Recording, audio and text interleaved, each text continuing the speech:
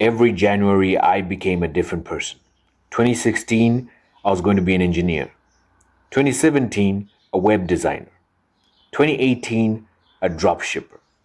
2019, a digital marketer. 2020, a data scientist. 2021, an economist. 2022, back to digital marketing. 2023, a writer. 2024, a YouTuber. By February, I already quit, even if I didn't know it. Not because I was lazy, not because I didn't care, but because something inside me always said stopped.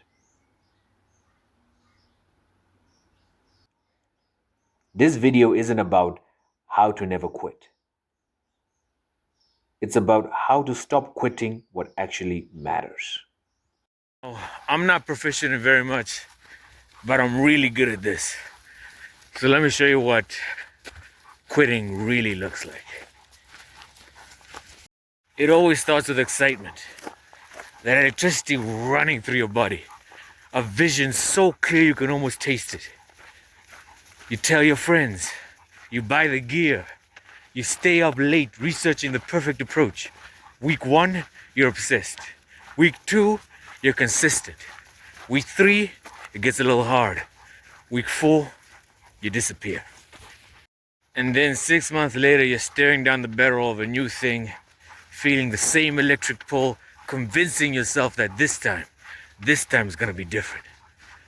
But here's what I learned after years of abandoning dreams in my wake. It's not you. It's not laziness. It's not lack of discipline. It's not even fear, although that does play a major part.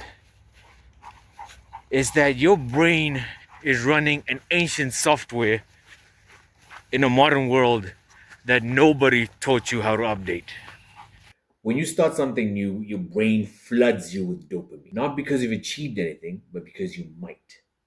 Anticipation becomes the drug. But here's the cruel part. Once your brain learns the patterns, the novelty fades. The dopamine stops. The work that felt electric now feels like homework. This is why every gym routine feels amazing for the first 2 weeks, then becomes a grind. Your brain adapted. The reward prediction changed, and suddenly showing up requires willpower you no longer have. But the dopamine drop isn't the only reason we quit. Sometimes we quit because we're chasing the wrong dream. It's not our dream, it's somebody else's dream. The degree your parents wanted, the business that sounded impressive, the body that Instagram sells. When our mission doesn't align with who we actually are, every step forward feels like walking with wet cement in your shoe. You'll quit because deep down you never really started, or you never wanted to start. And then there's fear. Not the obvious kind, not the I'm scared kind, but the sophisticated kind. The kind that sounds reasonable. I just don't have time right now. I need to do more research first. I'll start when I'm better equipped. These aren't reasons, these are exit ramps before anything gets too hectic. I always say to myself, you can find excuses or you can find solutions. It's the same amount of effort, but excuses feel easier because you never truly begin. If you never truly begin, you can never truly fail. If you never fail, your ego stays intact. Quitting becomes self protection, a preemptive strike against disappointment. But here's what makes it worse: the most meaningful work does not give instant feedback. You write for months until somebody reads it. There's actually a rule most fiction writers use that if you're starting out, write 6 shitty books, then publish your 7th, just to get the reps in. You'll train for weeks before you see any progress. But for some reason, we go to the gym and the first day we're already checking the mirror. You build a product you build for years before you even see any profit. And in that void, that silence between efforts and evidence,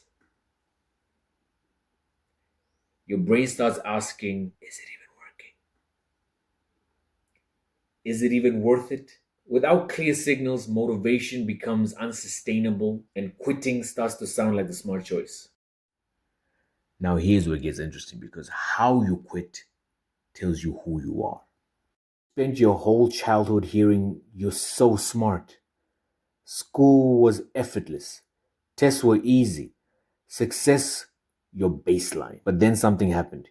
You hit something hard, something that didn't yield after one try. And instead of learning to struggle, you learn to leave.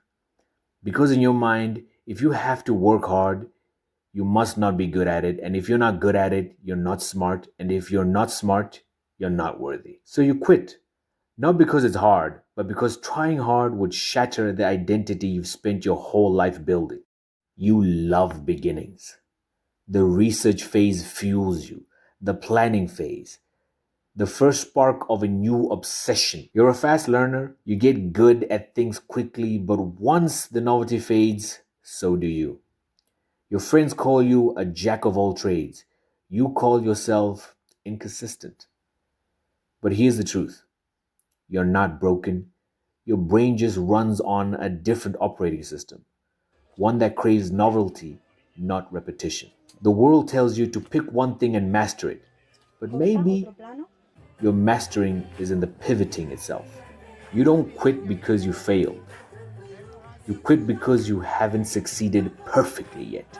And if the result isn't going to be flawless, why bother? It's not fear of failure, it's fear of visible imperfection, of being seen as anything less than excellent.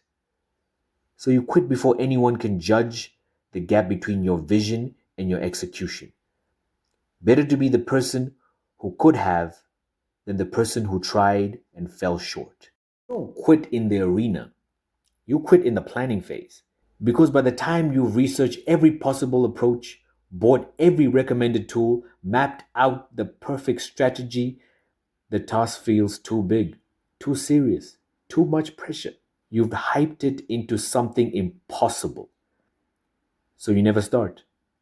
Or you start once, feel the weight of your own expectations, and walk away.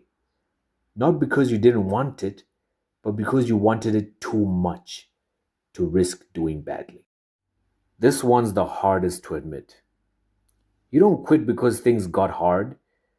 You quit because things were working. Somewhere deep in your wiring, there's a voice that says, you don't deserve this. Maybe it started in childhood. Maybe someone taught you that success wasn't for people like you. So when things start going well, your nervous system panics and you self destruct. You miss the meeting, you stop showing up, you burn the bridge, not because you don't want success, but because your identity can't handle it yet. So, which one are you? Like me, I see myself as a mix of all of these. Maybe you see yourself as just a mix of few. Maybe you shift in between in different stages of one or all of these. But here's the thing, once you see the patterns, you can break them. Not through willpower, but with the proper systems. Here's what I used to think, if I just wanted badly enough, I can make it happen. But that just doesn't work out, does it? Because motivation is just a spark. You need systems to fuel the flame. Goals tell you what you want, systems show you how to get there, even on the days when you don't feel like it. James Clear was right. You do not rise to the level of your goals, you fall to the level of your system. So if you keep quitting, the question isn't, why don't I want this badly enough? The question becomes, what systems am I missing? Now, I've already gone through a variety of these tools in my previous videos in this Forging Focus series, so I'm just going to speed run through them now. Get a pen and paper. Stop measuring yourself by outcomes you can't control. Like, I would have an outcome goal of, I need to finish my AI project this week. That's a redundancy. You can't control whether it's done. What you can control is my input. Is that, okay, I need to work 3 hours, 6 days of this week on this SaaS product. See the difference? One is vague, overwhelming, and depending on the outcome. The other one is concrete, achievable, and completely in your control. When your systems are completely dependent on what you do, you win even if the outcome is shit. Even if the outcome isn't perfect yet, and that little win, that's the dopamine your brain needs to keep moving forward. This is how you escape the doom spiral. You stop shaming yourself. You stop judging yourself by the finish line. And you start celebrating the fact that you got in the race in the first place. Here's a personal example. Okay, let's keep it to this channel. I'm not focused on becoming successful. I'm focused on uploading one video a week until I've reached 100 videos. And the system is to improve every single month. That's it. That's the input. As long as I get 8% better after every upload, I've won. The output will take care of itself. Your brain isn't built for 8-hour marathons, it's built for sprints, hard impact sprints. Now, I put my own tweak to the Pomodoro technique. They say set a timer for 25 minutes and focus for those 25 minutes. That doesn't really work for me. So, what I decided to do, the little tweak I did is I use time blocking, and inside that time block, I have a certain mission that needs to be achieved, certain inputs that need to be executed. So I put a timer on and I start doing whatever I have to be doing.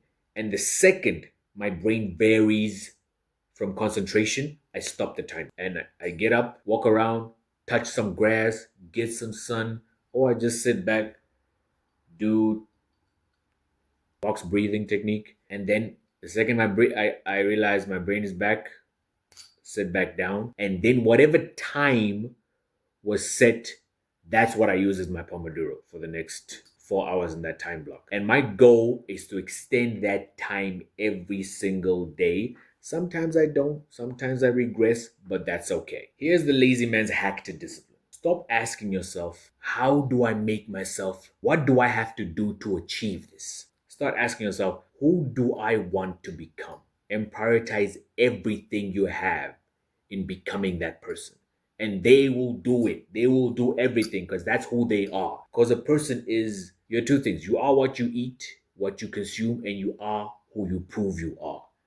And if you work consistently in becoming the person who wants to do the things you want to achieve, they will do all the work. You don't have to do shit. This is the shift that changes everything. You don't go to the gym because you want abs. You go to the gym because you are the person who takes care of their body. You are the kind of person who lives a healthy lifestyle. You don't write every day because you want a book. You write because you're a writer. It becomes who you are. I used to say, I want to be a person of influence. I ask myself, if I am the ultimate version of myself, what would I do today? That teeny reframe makes quitting feel like I'm betraying myself, betraying my own identity. And I'm just not willing to do that anymore. Here's what nobody tells you. When you hit a wall, when the red mist sits, that blinding frustration when nothing goes right, walk away. Not forever, just enough to reset. I mean, we do this for everything else. If you're cooking dinner and the heat is too high, you don't stop cooking, you just put the heat a little bit low or you turn it off. You need to eat, right? You just keep cooking with less heat. Because grinding through anger doesn't make you tougher. It makes you hate the thing you once loved. Strategic breaks preserve the love you have with your work. The passion endures. Ever heard the term, let me sleep on it? Because it's actually necessary. Because when you come back smarter, you slow down, you diagnose the bottlenecks, you practice deliberately, not frantically. Speed doesn't matter if you're practicing failure at a high velocity. But why does this work? Because it matches your brain's attention span, your natural attention span. It's not forced to anything. You're more forging focus. You're extending your concentration. I talked this about my concentration video. Go watch that. It prevents burnout. It keeps morale high. And it tricks your brain into, okay, I'm only focusing really for 28 minutes. So here's the full toolkit. The mission is your inputs. Control the effort, not the outcome. It's not your problem. Block your time off. Work in sprints, not marathons. The vision comes first. Who are you? What is your identity? Master that, and that will master everything else. Be the person, not the goal chaser. Strategic breaks. Rest before you break. When you smell the fumes, stop cooking. These aren't hacks, they're infrastructure. And once you build infrastructure, you have the ground to build everything. And consistency becomes inevitable. Come with me. But here's the final piece, the part that changes how you see your entire past. For years, I carried every abandoned project like a scar, death by a thousand cuts. Every quit was proof that I was broken, undisciplined, a failure. Every time I quit or failed, I trusted myself less, I hated myself more. But then I realized something. Quitting isn't always a weakness, sometimes it's clarity. Sometimes you quit because the path was wrong, not because you were. A business plan that just didn't stick to your identity. I quit dropshipping not because I wasn't enjoying the money. The money was great. I just didn't align to the fact of I was selling cheap products to people that didn't need it and didn't solve any problems in their lives. That's just not what I wanted to put out in the world. Maybe your gym routine didn't stick not because you're unhealthy, just because you hate lifting. Maybe you're aligned to rock climbing even more. Maybe you're a boulderer. That skill you dropped. Maybe you extracted what you needed and it was time to move on. Shame keeps you stuck. Strategy sets you free. Here's what I wish somebody told me earlier. Nothing is ever wasted. Every failed project teaches you something. Every pivot builds a new skill. That YouTube channel you quit after 3 videos, you learn video editing. That startup that went nowhere, you learned sales, marketing, advertising, and systems thinking. That hobby you dropped, maybe you learned discipline, patience, and problem solving. This is called skill stacking. And this is how you become irreplaceable. This is how you become one of one. Not by mastering one narrow thing, but by interjecting diverse experiences into unique combinations only you have. The Renaissance soul isn't cursed. They're just playing a different game. One that rewards range over depth. Ryan Holiday said it best. I think he did.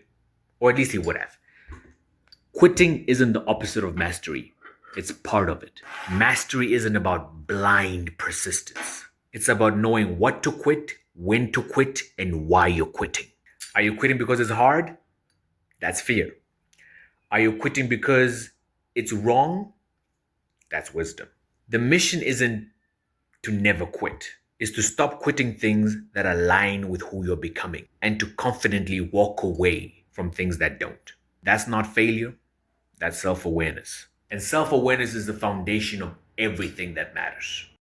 I used to think quitting made me broken. Now I realize that it made me adaptable. Every pivot taught me something.